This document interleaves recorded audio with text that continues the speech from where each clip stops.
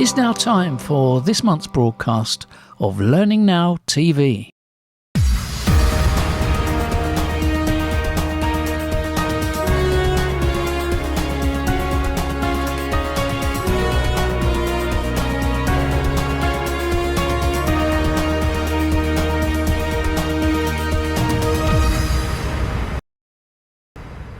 Welcome to the latest edition of Learning Now TV.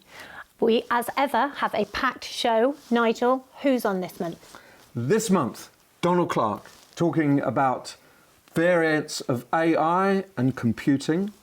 We have Henry Stewart about the 4-day week. Not the 4-day week in Ted Heath, but the 4-day week offered to his staff at Happy.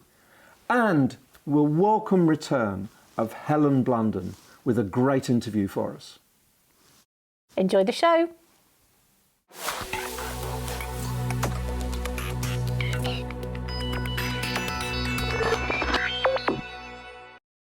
We managed to lure Donald Clark into the studio with lots of bribes, which we're going to have to tell him at some point we can't deliver on. But anyway, I'm so pleased that he's here. This is the Donald Clark who will be the author of AI for Learning, a really interesting practical book on what you can use AI for, as well as being the CEO of Wildfire, as well as being a blogger and writer, and also a visiting professor at the University of Derby. So he has a lot of really interesting credentials, and I'm going to pin him down on AI for Learning. So welcome, Donald. It's great to be with you today. Thank you, Nigel. Good to be here. What I want to talk about is just give us a reality check on some of the stuff going on about AI, algorithms, robotics and learning. Where do you think, where are the main directions of travel at the moment that you see? Okay, well, let's start with a reality check first of all, because I think, you know, in the conference world and so on, people are getting a bit carried away, and these are mostly people who don't work in AI, don't have I would say sometimes a bit of a shallow view of what it actually is. But it would be good to sum it up in terms of limitations in two phrases, which I always start talks on AI in the learning context off with. One is that AI is an idiot savant. In other words, it's very smart, very narrow, bounded problems. Like beating somebody at chess is a bounded problem. Beating somebody at checkers or Go is a bounded problem. Yeah, because if they can beat you at Go, doesn't mean that they can beat you at chess. So that's the sort of problems we're looking at to solve. But it's also really good at doing those things. So it's a savant as well as being an idiot, as it were, at the same time. Precision tasks. The second one is, I think, even more illustrative, and we may be talking about this, I'm sure, and that's Daniel Dennett's phrase that AI is competence without comprehension. Competence without comprehension. It's a brilliant phrase because it may be you at chess. It doesn't know it's won. It doesn't know anything. You know, it really literally doesn't. It has no consciousness. There's no consciousness, there's no cognitive capability. No. It's just, as Roger Schank says, it's just software. Yes. It's very smart software. That's what makes it sing and learning. It's smartness, as it were. It's a new breed of software, but Someone it is just said, software. If you substitute the word algorithm for some code, basically, that's you right. get a more realistic view of what it is. It takes away the magic, That's it's right. about deep focus in a narrow area. That's right, yeah. So therefore you can see things that it can do, and you can also see things that it will be a very, very long time. That's correct. For it to do. How do we turn something that's competent without comprehension, and as an idiot savant, how can we actually use that in this domain? Well, it turns out to be actually quite handy, this, because there are lots of very small, precision, bounded problems that we have in the learning world. And we don't necessarily need the consciousness side of things to solve those problems. And it's a mistake to think that you do. So in this book I've been writing, I've been digging deep, looking for examples, and I've been involved in lots of projects myself personally. But right across the learning journey, almost every aspect, there's low-hanging fruit here that can be, in a sense, automated to a degree. We're not getting rid of trainers or teachers or lecturers or faculty. It's all nonsense. It's not going to happen. All this robot teacher nonsense. For 100 years, we've been told that we're going to be replaced by machines. Yeah, it's 100 years of the movies, and the movies are fiction, folk. Yes.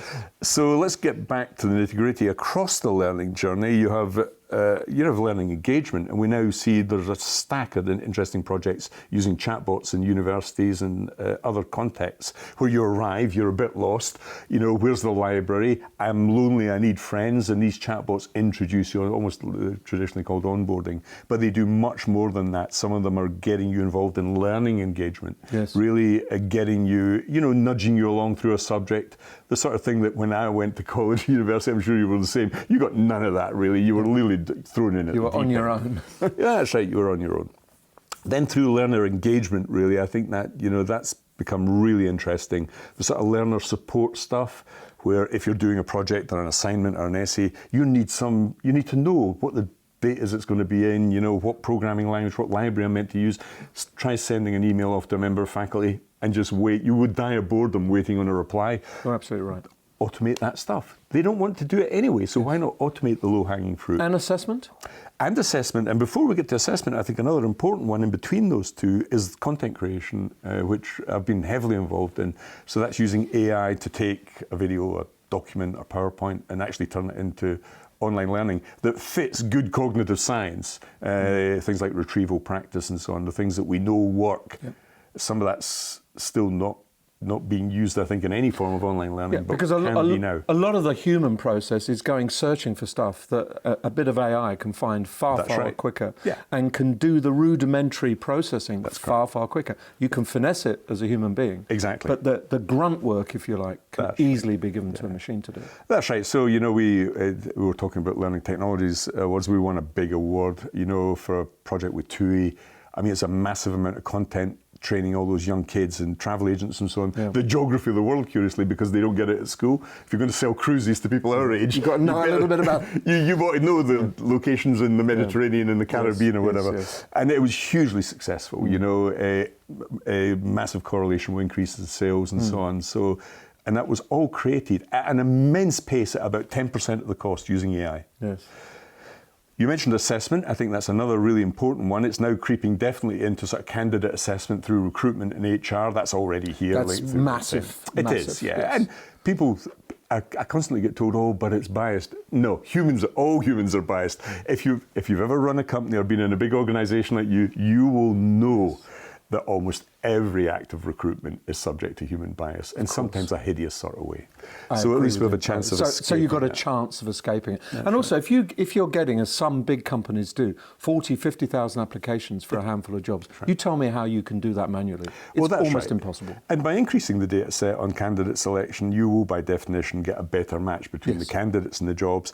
And then, of course, there's formative assessment in training itself, which is massively boosted by AI techniques, adaptive learning, personalizational learning, even formative assessment, ID online exams, face recognition, making sure you're the candidate, face recognition to make sure you're not cheating. There's a whole pantheon of things in assessment. And then an interesting one which people often miss out, but I've been quite fascinated by recently, is well-being. So we have this big sort of mental health problem in schools and universities and so on. And I've been playing around with a lot of sort of health bots.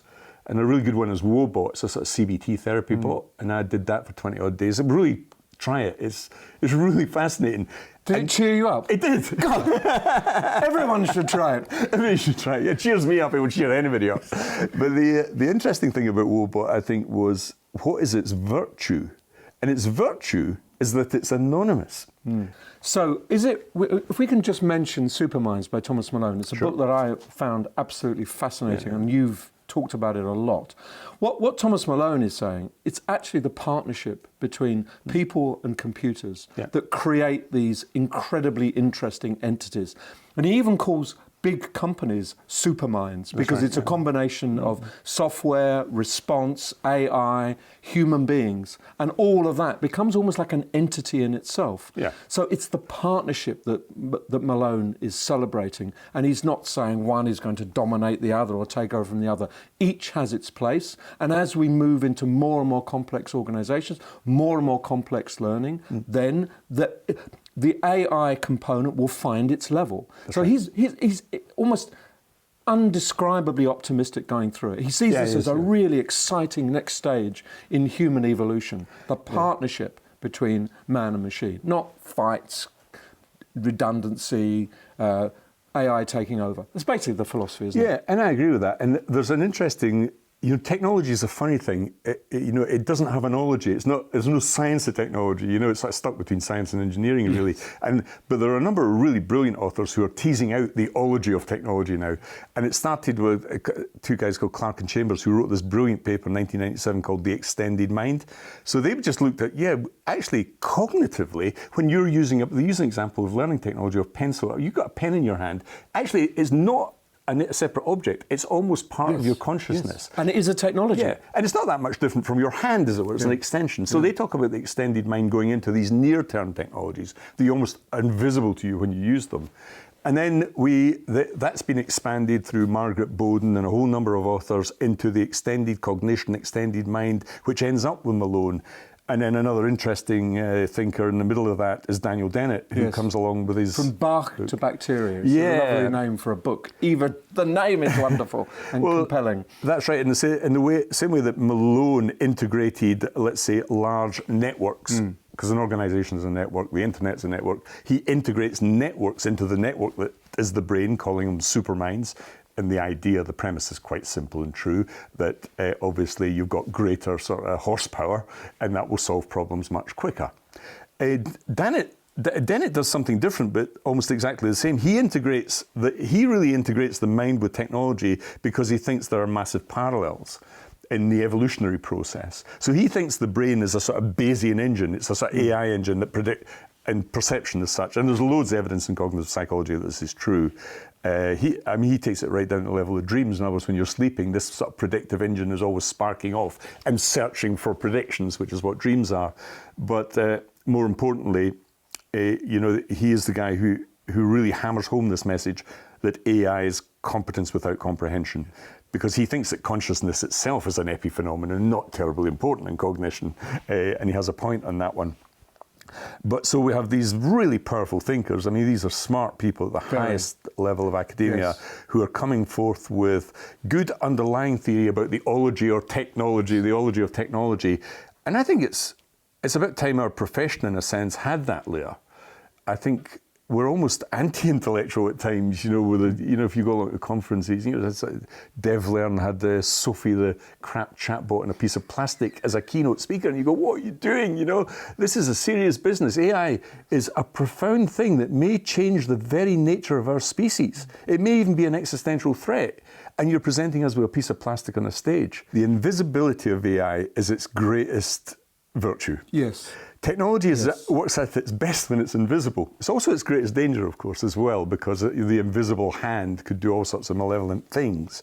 But the fact that it's invisible, I've waited all my life for invisible technology, the clunky, click on this and touch this and so on. The whole natural language interface of speaking, So I have an Alexa in my house that's linked up to my robot cleaner that comes out and cleans the house for me. It's like any piece of music I want. I use it as a timer in business when I've got Skype calls. I ask it questions. I can get currency. What time is it in Rochester if I'm Skyping to the States or whatever? It's become an amazing personal assistant. Yes, Let's apply that to learning for a moment, because you're absolutely right. The next generation of personal assistants, voice-enabled personal assistants, will understand context, so that they'll know it's you, Nigel, in that house, and what you did yesterday and the previous things you've asked it. Now imagine turning that into, putting that on a platform, technically, however you may want to do that through LXPs, normally, learning experience platforms.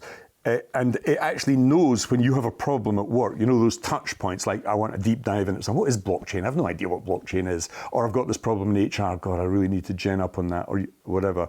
But it knows who you are. It knows what your needs are. And therefore that learning in the workflow that goes back to, J. Cross and all that sort of stuff, that's now possible. So suddenly we have an opportunity of solving one of the great problems in HR, and all people want to do is nitpick. And it's normally in the back of having read a sort of pot-boiler contrarian book like I hear the same case studies, the same 3 case studies all the time, because people have read Cathy O'Neill's Weapons of Mass Destruction, which was the Times bestseller. And that's a contrarian book. And it's so easy to write those books. You have that with technology all the time. Oh yeah, I'm going to write a book, which is really a self-help book about avoiding my kids having any contact with social media. There's 100 books that have been written on that. And hey presto, the research comes along and says screen time's not that bad. and it also doesn't make a big bit of difference. So let's just mention those two books we started with. One was Thomas Malone's Superminds. Sure. The other, Daniel Dennett, From Bacteria to Bar. Yes. Please read them. And Donald Clark, thank you for an engaging and interesting and positive conversation. Absolutely. Thank you very much. It was a pleasure. Thank you.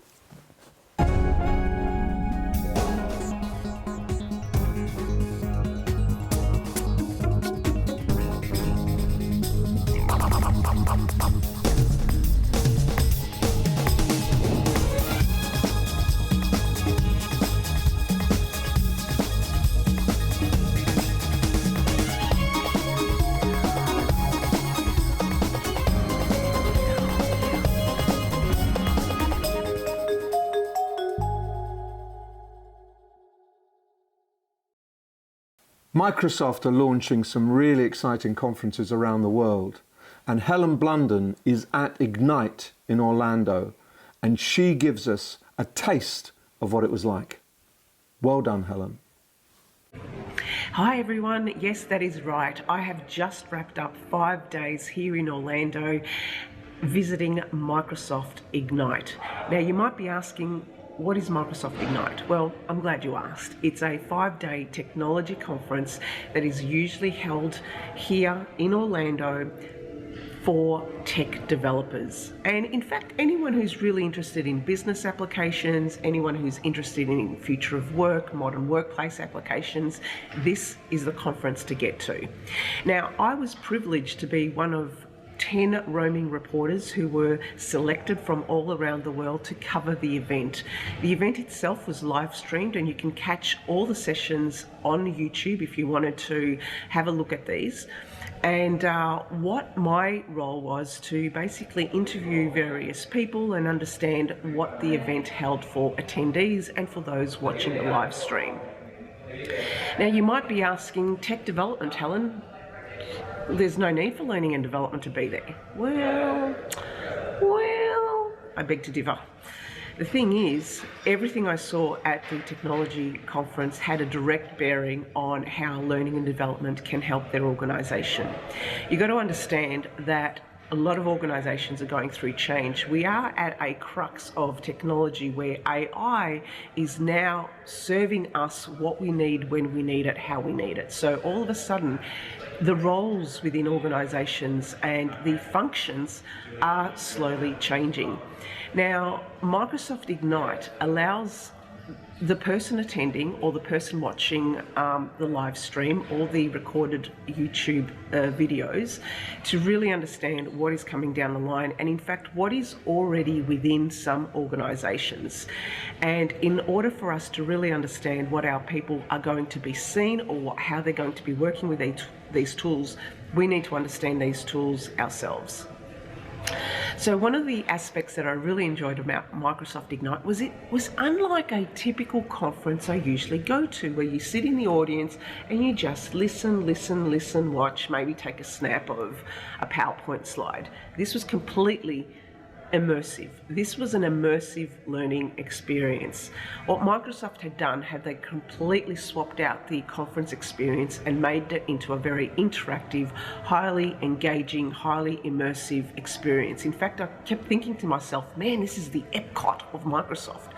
Why? Because they had looked at different ways of being able to present information. So there were keynote sessions, there were breakouts, there was an unconference, many unconference sessions, there was theatre style, there was informal meetups, there was breakout rooms, there was also expert connect sessions where people could book 45 minutes of with an expert to go through a particular problem or an issue in an organisation that they had.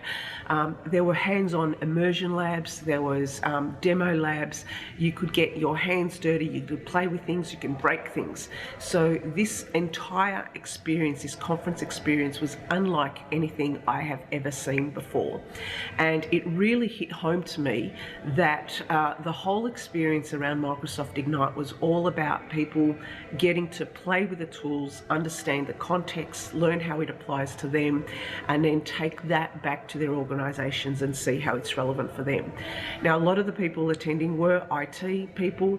Like I said, this is still very relevant to learning and development. If you think about it, our organisations are going through so much change, and we are the people who can help our organisation and our people go through this. But we need to understand these tools ourselves and how it works, and then find a way of what we do currently in the organisation, whether it fits in with this new world. If it doesn't, we need to change. So you might be thinking, well, I can't get to Florida. Well, guess what? Microsoft Ignite, the tour, is coming to a city near you. Starting from in the next few days, Paris is next on the list. It's going to Paris, and over the next year or so, it's going to visit up to 30 cities, I believe, over 2 days, and you are able to come along. And guess what? Guess what? Microsoft has made it free attendance. So please, as a learning and development person, as someone who's responsible for building the skills and capabilities and changing the mindsets and the behaviours of people to understand where the workforce is going and how it's changing, get yourself to Microsoft Ignite and see what is on show. So thank you for listening, and if you've got any questions whatsoever, I'm happy to help out.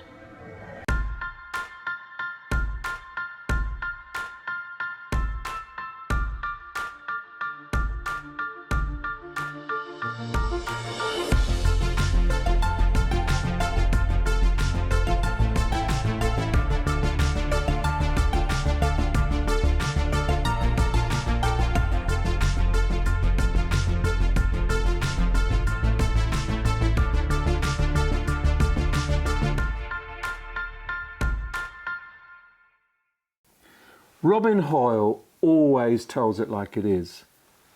Equally this month. He's focusing on digital learning, but what he's saying is, hey, think about learning transfer. Don't think about shipping content or stuffing content down people's throats. Listen to it. It's well worth it. I was invited to help out with the shortlisting of the Learning Platform of the Year award recently. There were a couple of dozen applicants, and each submission needed to define the impact that the deployment of this learning platform had had on the business. So I was expecting to see figures about performance improvement, I was expecting to see capability maps, I was expecting to see people showing that they'd improved results and increased productivity. But in over half of those cases, the measure of impact which was chosen by the person submitting the award application was engagement. It was the number of people who had logged onto the platform. Engagement is not really an effective measure, and engagement with what wasn't clear. It might have been described in words which were terribly, terribly zeitgeisty. So, I mean, everything was responsive and adaptive and personalised and micro and all of that good stuff. But nowhere did it actually say whether or not the platform had worked. And what does work mean in some of those platforms in any case? Now, before I come across as some kind of Luddite who thinks that all this digital stuff is for the birds, I must say that some of the platforms that were shortlisted had been able to make the clear connection between what had happened on the platform and what was happening in the workplace. So sales teams had increased their results, had got better and more profitable deals. Some organisations had reduced the time to do things.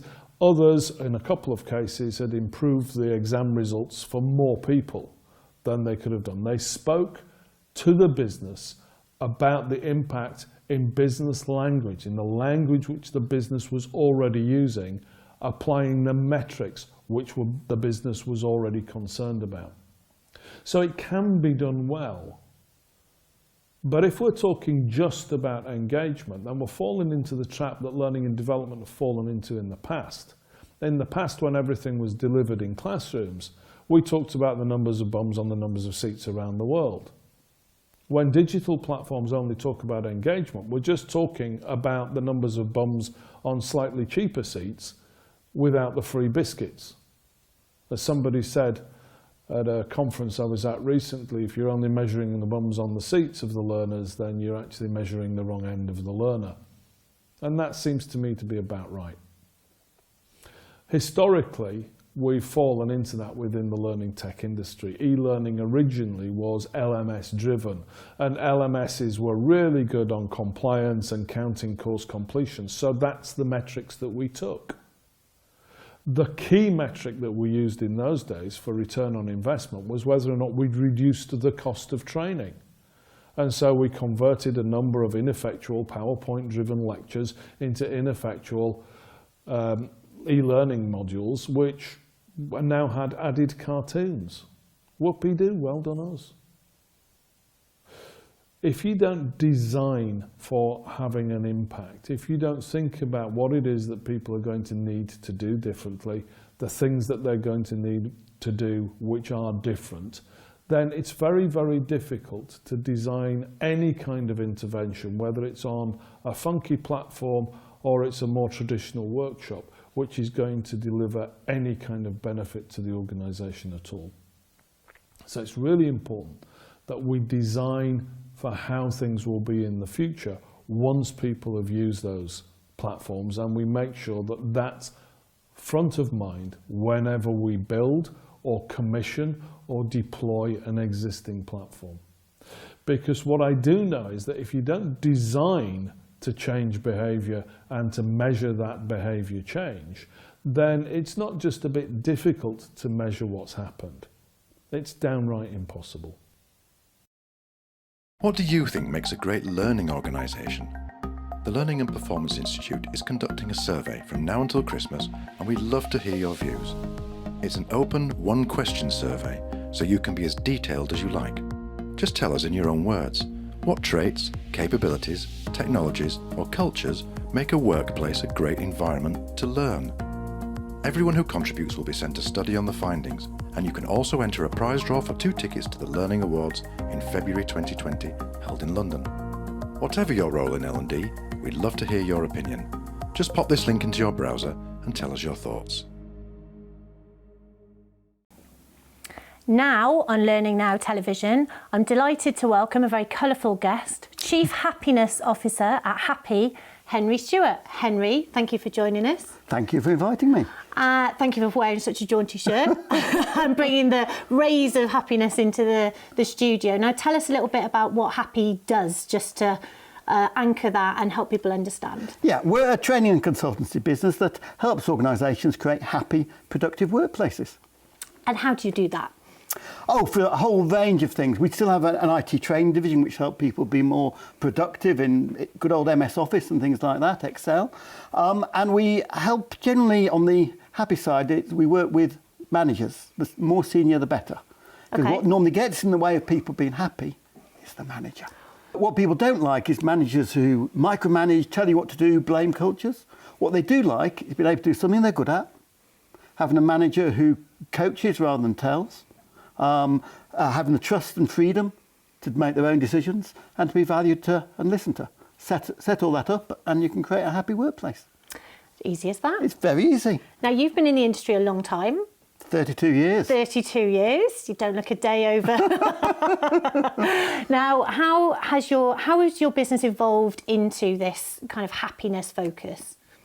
Well, it was happy computers from the start, so we had a bit of a focus on that, and it's partly because I previously worked for a very unhappy organisation. So the focus was always on how do you create a thriving organisation that is fulfilling to work for and delivers great service. So it started with the IT training, and as we started winning awards for best workplace and customer service, our clients started to ask, how do you do it? And so we developed a whole division around helping people to create a happy workplace.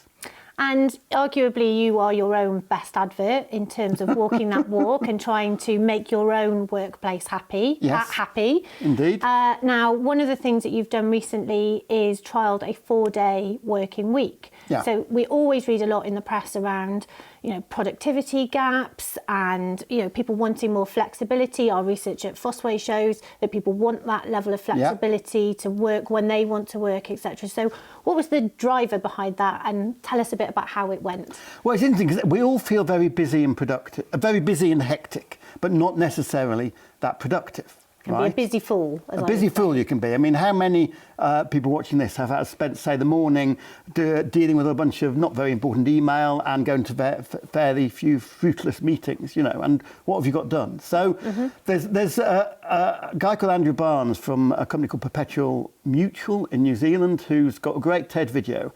And he went for a 4-day week because he read a piece in The Economist which saying that, on average, workers in the UK are efficient for 2.5 hours a day. Oof. Wow. That's low. That's low. So, he reckoned that if you can cut out a lot of the faff of those fruitless emails, of meetings you don't need to be at, of social media, all sorts of things, you could get down to a 4-day week and be as productive. And that's what he found. They became as productive. So you saw that and a light bulb went on? Yeah, well, that, and also John McDonnell of the Labour Party talking about a 4-day week. I thought, well, interesting. Let's try it. Let's see what happens. Okay. Now it feels a bit daunting to think let's switch entirely to a 4-day week. You don't need to do that. We decided to do a 1-month trial. Okay. And I would say anybody can try this. Why give it a go? Just try a 4-day week for 1 month. I think it works for some organisations, not for others. It's one of the things. I mean, I'm not quite sure how a school would do a 4-day week. And tell me, did you still work across the 5 sort of classic Monday to Friday, but people covered different days? Exactly, people cover different days. A lot of the organisations have closed a day a week that have tried it. We didn't because our key resources are classrooms, of course, and keeping customer support. Yeah, customer support, keeping those busy. So we had people taking different days off. Yeah, and people could choose. To an extent, there was to some extent they could choose. To some extent, I mean, they couldn't all take Friday off, so they were spread around a bit.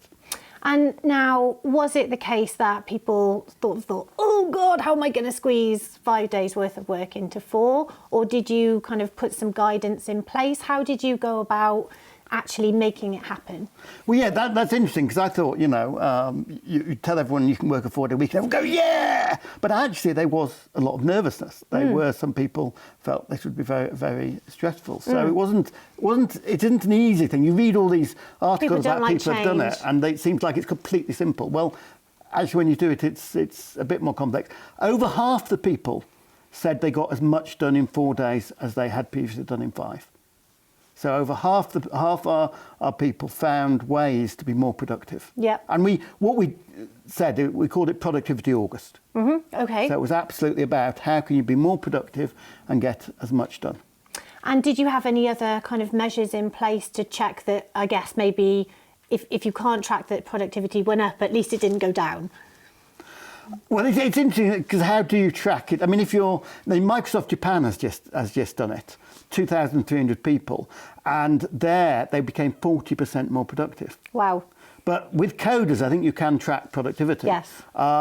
With us, less people call it August. That was one of the reasons we did it that month. So what we did find, we measured staff satisfaction before and afterwards, and we found that people were happier after it. Great, okay. That was one key measure. Can I say we sold more? Not really, because we sold as much as I think we would have otherwise. Yeah.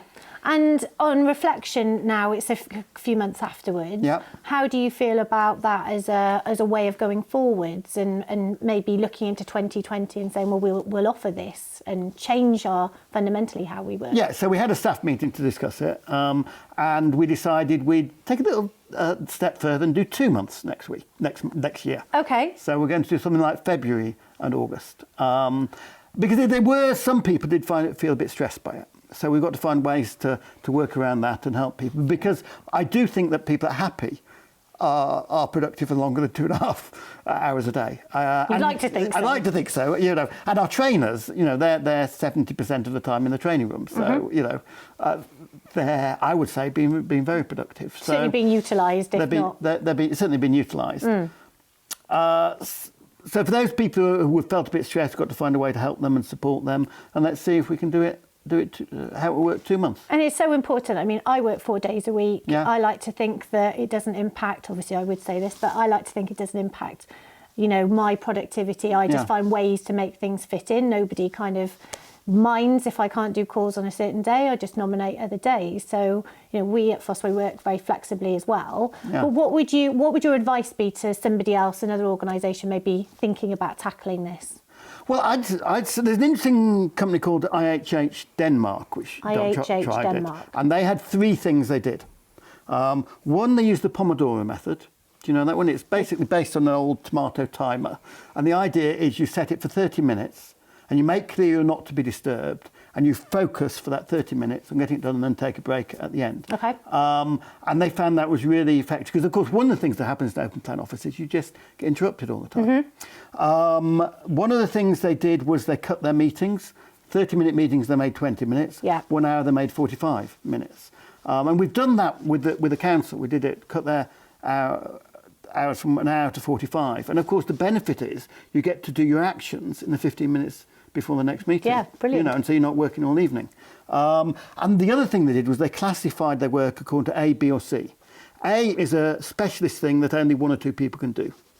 B is a more generic thing that lots of people around the organisation can do, but really it needs to be in the organisation. And C is something you can outsource.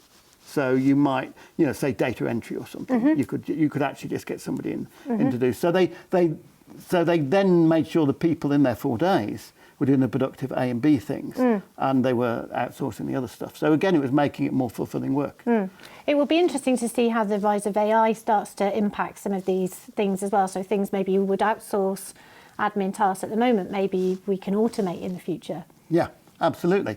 And the key to AI is that it becomes supportive rather than replacement. Yes, absolutely. You know, so if you can get AI that supports you and yes, does all that menial stuff, and then you can do the fulfilling stuff. Fantastic. Well, I think it's great that you're treading new ground and, as I say, walking the walk and being your own best advert. So, Henry, thank you for coming to talk to us about this today. Thank you, and let me encourage all the viewers, think about it. Could you do a 4-day week just for a month, just to try it out? Absolutely. Something to leave us with. Thank you very much, Henry.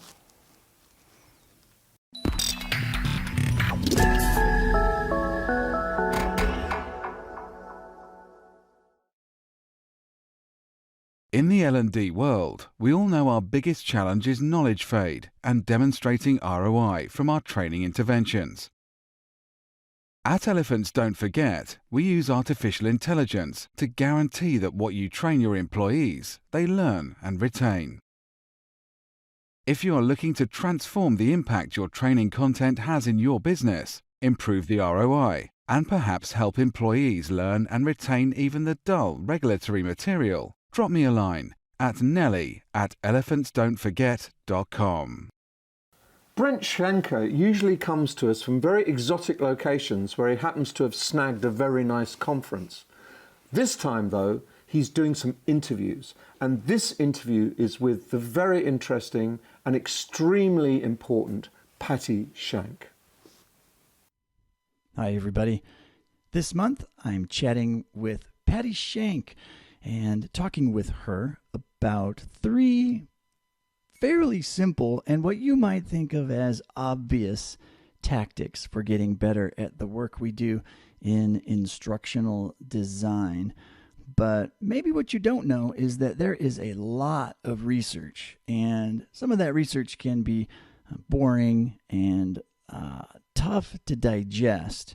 But the conversation I had with Patty focuses on how we can make that easy and what are the simple basic ideas that are supported by all of the complex research. Well, there's a couple things that are super important, and it's important to say that the tactics that I picked to write about are all real actionable. They're all real easy to put into place. The research may not be easy to understand, but what they're saying is easy to implement. We need to make sure that our instruction is comprehensible, and that means we need to use clear, concise, and conversational language. Another thing we need to do is to make sure that our content doesn't require too much effort In other words, there's not so much cognitive load that people can't learn. And the last one, concentrating on real life or job tasks, making it relevant, making it real to the people who are reading it. Isn't this why there is a lot of talk about how much we can learn from the marketing department? I think it's probably exactly the same. And it's for the same reason. It has to do with cognitive load. People are not going to be able to attend to and process things that are long and complex. There are times we have long and complex things, but we have to offer people time to process those. So the whole point here is to make things what we call readable and comprehensible and easy to understand. See what I mean? The science behind it can be very complex, but when you come out the other side, the tactics and the topics and the ideas aren't as complicated as you might think. And it's a process, and there's really good tactics for doing this. Ah, yes, the tactics. Now you're talking my language. I had to ask her for at least two tactics we can actually take away and use today. Yeah, the top two are to use familiar, easy to understand words as opposed to big words but instead of appropriate, we would say good, that sort of thing, something that everybody understands. And there are actually like top 1,000 word lists in every language to use common, simple language. Common, simple language. I can absolutely get behind that. All right, so what's the second one? And the other one is to make sure that our sentences are under about 20 words. That once you start getting over 15, 20 words, people have to remember what was at the beginning of the sentence in order to understand the latter part of the sentence, and we don't want that. And while the research can be complex, implementation is simple. It's like two things: shorter sentences, familiar words. That's it. The last little piece in there is to use conversational language rather than formal language, that people process the words that people say to them and discussion a whole lot easier than they do formal language. So clear, concise, conversational. Clear, concise, conversational. That's it. Improve your writing skills and become a better instructional designer. Let's move on to reducing effort. How do we do that? If you're teaching somebody something complex, let's say you've got a diagram on the screen and you're explaining that diagram. You don't want other pictures on the screen and you don't want background music. Because your brain is going to process what's in front of it and what it's focused on, and it can't not process it. You can't look at the thing you're explaining and read the text at the same time. Just like I was saying, no gratuitous graphics that aren't needed, no background music, nothing that pulls away attention other than what you want them to look at and process. So the research tells us two simple things: keep the writing simple, and to also don't overdo it with the graphics. But it also tells us one more thing. And the research also shows, and this is really interesting, that when we put everything into the context of their job, people remember it better. It's like stories, right? We remember stories better. We remember stories about our work better. We remember things that make our life easier better. So that's the other reason for doing that. And that's about it. Keep your content simple, reduce the effort, and just focus on those work-related tasks. Thanks, Patty Shank, for chatting with me and allowing me to share your knowledge of research with the Learning Now TV community. Hey, happy holidays, everybody, and we will see you again in the new year. Whoever you are, wherever you're from, you can network with professionals and experts on the award-winning DPG community. You can choose to look at articles, videos, podcasts. You can look at comments that people have made. I find it my first stop when I'm thinking about L&D. If I have a question or I want to learn more, that's the first place I go. Just head online and search for DPG Community and sign up free today. Next up, regular contributor Ewan Semple, and a master of blogging over the years, talks to us about going back to basics and why you might find blogging beneficial. Check it out. Hi there. We thought it might be a nice idea to spend a couple of these short sessions on writing. The first one focusing on why we write, what the benefits of writing are, what sorts of things we could choose to write. And then the second one focusing more on the technology that many of us increasingly use to be able to write and to share what we've written. So to set off this first one, why write? What's the point of writing? And for me, the excitement of the internet was the fact that it gave me the opportunity to blog. And a blog gave me the chance to have somewhere to post my thoughts out onto the internet. And that does a couple of things for you. The first is that it makes you, I would say, more aware of what's happening around you. You have a reason to notice, a reason to think about your experiences and what they mean and what your reactions to them are. And then this ability to share them means the ability to put those ideas out into a public space and have people respond to them and react to them and develop them or negate them or whatever. It just gives you this opportunity, this to and fro, what I once called joined up writing. And it's what David Weinberger called writing ourselves into existence. It's that evolutionary ability, that self-awareness that it becomes enhanced when you have somewhere to write, and especially when you have somewhere joined up to write. And I think it's Socrates, I think, who said that a life unconsidered is a life unlived. And certainly that inclination to be more thoughtful, more aware, more conscious of what's happening to you is a life skill worth adapting to and worth getting better at. But there are clearly limitations on text. The prevalence these days of video and audio and visual imagery in Instagram or YouTube or Facebook or whatever, clearly there are limitations to the written word that you don't get to see as you are at the moment. The sort of facial expressions or the hand movements or whatever that can add perhaps to the content. And that's something that I argue quite strongly against many times, because people say that face-to-face is still the best form of communication. But, when you're face-to-face with somebody, they can dissemble, they can smile when they're doing something evil to you, they can wear a uniform that makes them look trustworthy, but in fact they're not. And there's something about reading the written word of a long time that begins to give you a sense of someone's trustworthiness that I think is very powerful. And that's partly because of if you get good at it, if people begin to pay attention to you, that concision and clarity that writing for the web encourages. Unlike business documentation or even some of the long form things that we write, like books, whatever, there's something about the short, concise, targeted and relevant stuff that we get encouraged to write on the internet that I think is a good skill to build. And that skill can then be applied to all the different ways of writing that we choose to do. So, there's the journaling aspect, which is me just writing for my own benefit in private spaces, private applications that just allow me to sit and think and get ideas out of my head.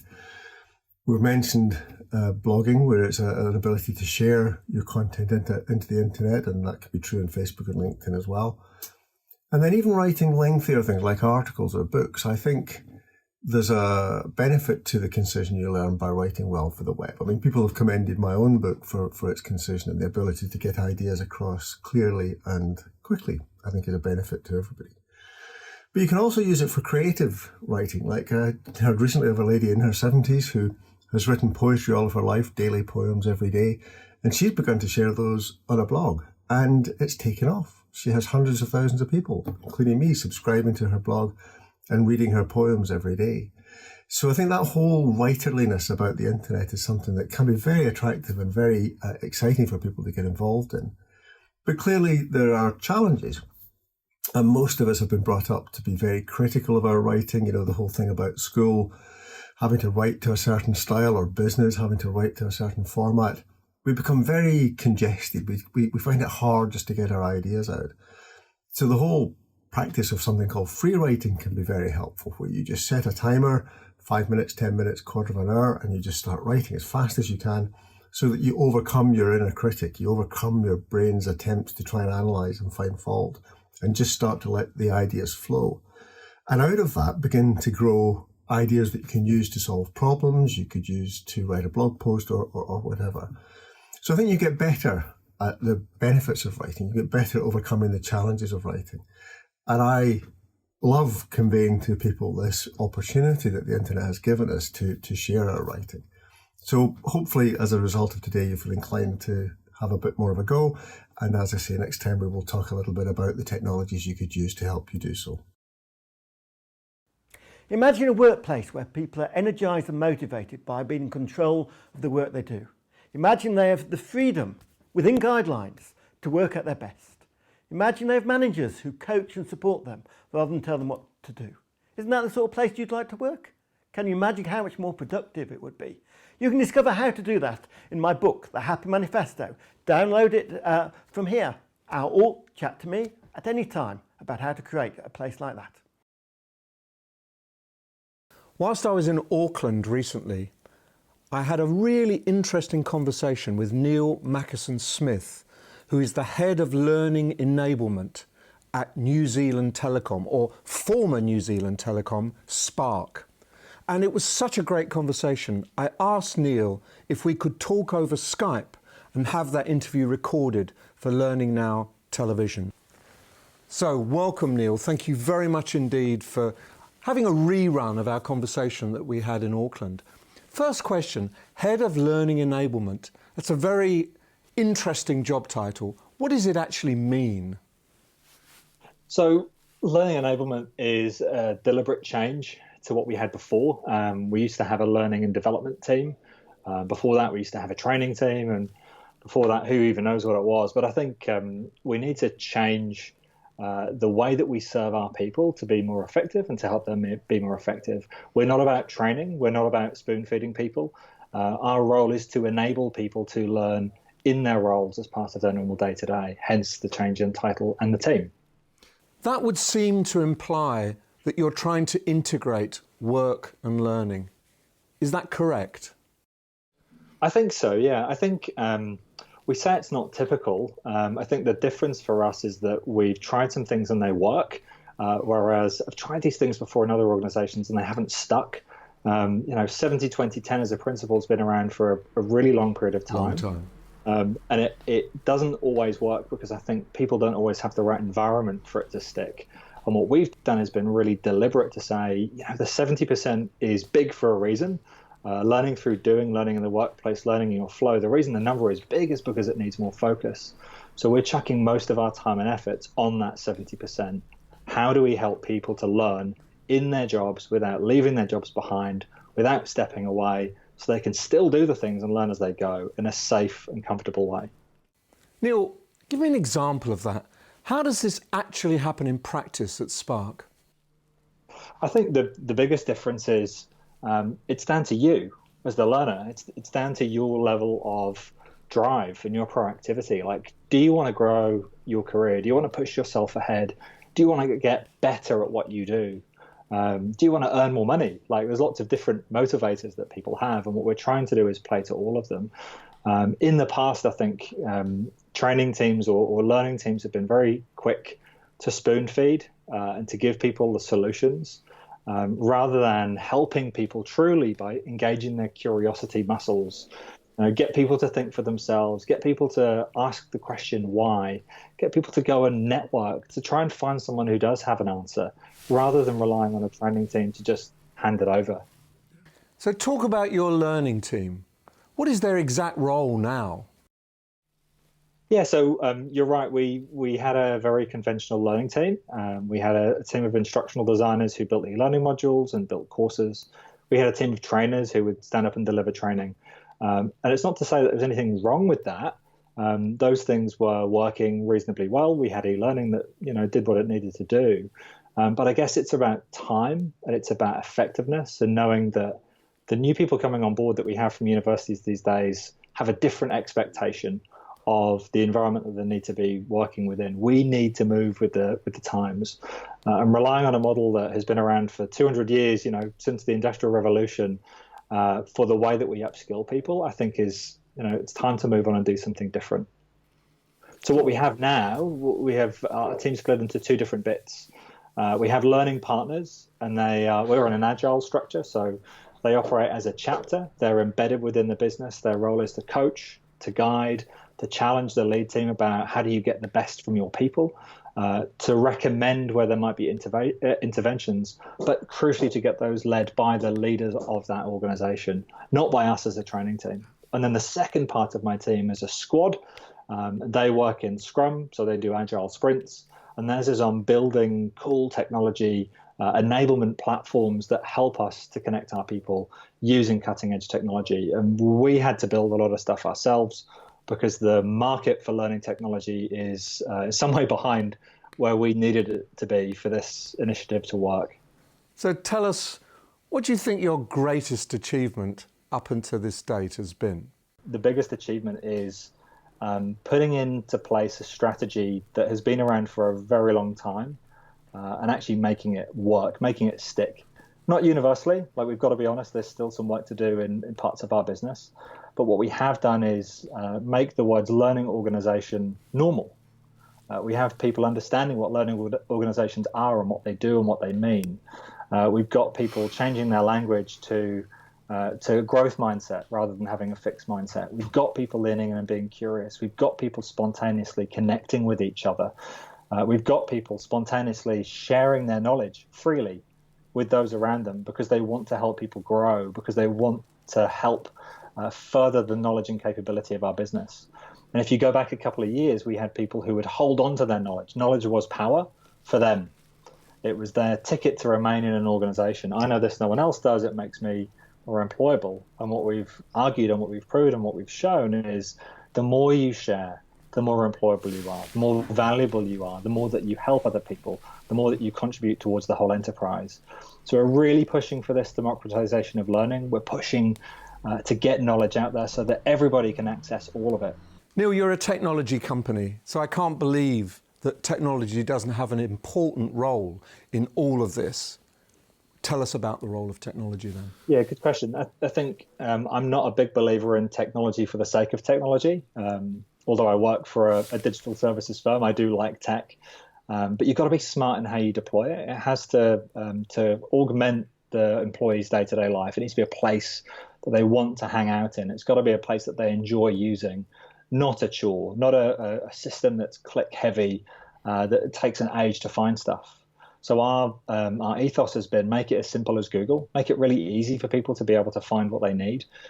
So invest on tagging your content, making certain that you've tagged it to the nth degree, every single possible way to cut and slice your content. What we found is that learning management systems just didn't do what we needed them to do. It was a box of stuff, a dumb box of stuff, and you're giving people a wine list and asking them to choose, but it isn't smart. It doesn't know what they're good at. It doesn't know what people need to grow and where they need to develop. So we designed a platform. We stood it up really quickly. We built it in 5.5 weeks with very limited knowledge of how to do it. The argument to the team was we're a learning team. We should lead this out from the front, and we should need to learn ourselves how to build and code and structure a content management system, not a learning management system. And what we have now is a pretty lightweight performance system. We look at people's actual performance, and it can infer where learning might help someone grow and help them get better at what they do. It's very good at recommending the right intervention, and that might be a course, it might be an e-learning module. More often than not, it's an activity for them to try. It's a conversation for them to have. It's an opportunity to practice something with a real-life customer to see how it goes. Now, your content is in small bite-sized pieces, isn't it? It's not what you would call structured content. It may be have a conversation with someone. It may be look at this video or read this little article. Yeah, well, we have a mix. I think there's always a need for there to be structured learning for really big, complex topics. Yeah. But what we've tried to do is slice it down as much as we possibly can do into small bits, because the way in which those small pieces of learning come together is going to be different for everybody. So we're not trying to produce a slick, instructional designed e-learning module that takes months to build and no one ever views it. They just click on next until they get to the quiz, guess the quiz, and never view it again and learn nothing. So we've made it much shorter, no more than 2-3 minutes for each section. And we can see that engagement has gone up. We can see that people go into a spiral where they view a piece of learning, connect into another one and keep going, like late nights searching in Wikipedia and clicking on random links to see where you get to. We've seen the same behavior in our learning platform that we never saw before. What we saw before was people going in, doing a compliancy learning module for 3 minutes and then dropping off and never doing anything again. So, it's quite a significant change in behavior that we've got for our people. Some of it's driven by us. Lots of it is driven by society and the world that we live in, and the fact that people demand instant access to data. They demand instant access to knowledge. And as a learning team, sometimes we were getting in the way of that. We were, restricting the flow and the control. Am I right in saying that what you're doing is leveraging what people are completely familiar with outside the organisation? So you're bringing their social learning and their device experiences from outside into Spark. Absolutely. And I guess that for me, the way in which people acquire the capability, it's irrelevant. It doesn't really matter to us. What we're interested in is whether someone has capability or doesn't have capability. There's lots and lots and lots of different ways for them to get there. And I often talk to leaders about, catching a plane from Auckland Airport. And as long as you catch your plane on time, that's cool. You still get to the destination. You still achieve the goal.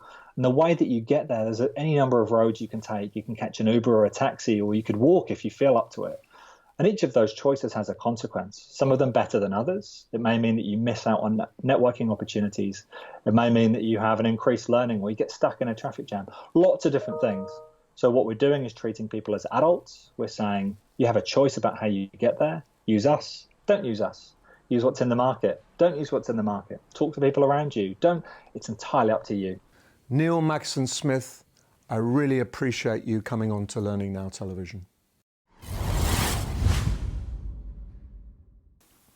Well, that's another programme coming to an end. I hope you enjoyed it. Kate, any events that we should be wary of or want to go to? Well, we're going into the Christmas period, so obviously the events die off a little bit, but then we're back in the new year with a bang. So Learning Technologies, probably the biggest event of them all in Europe, if not worldwide, happening on the 12th and 13th of February at London Excel. And that's hot on the heels, is followed by the Learning Awards at the Hilton in Park Lane on the 20th of February. Thank you very much. Excellent. Well, happy Christmas, happy Hanukkah, happy festivities, and we'll see you in the new year.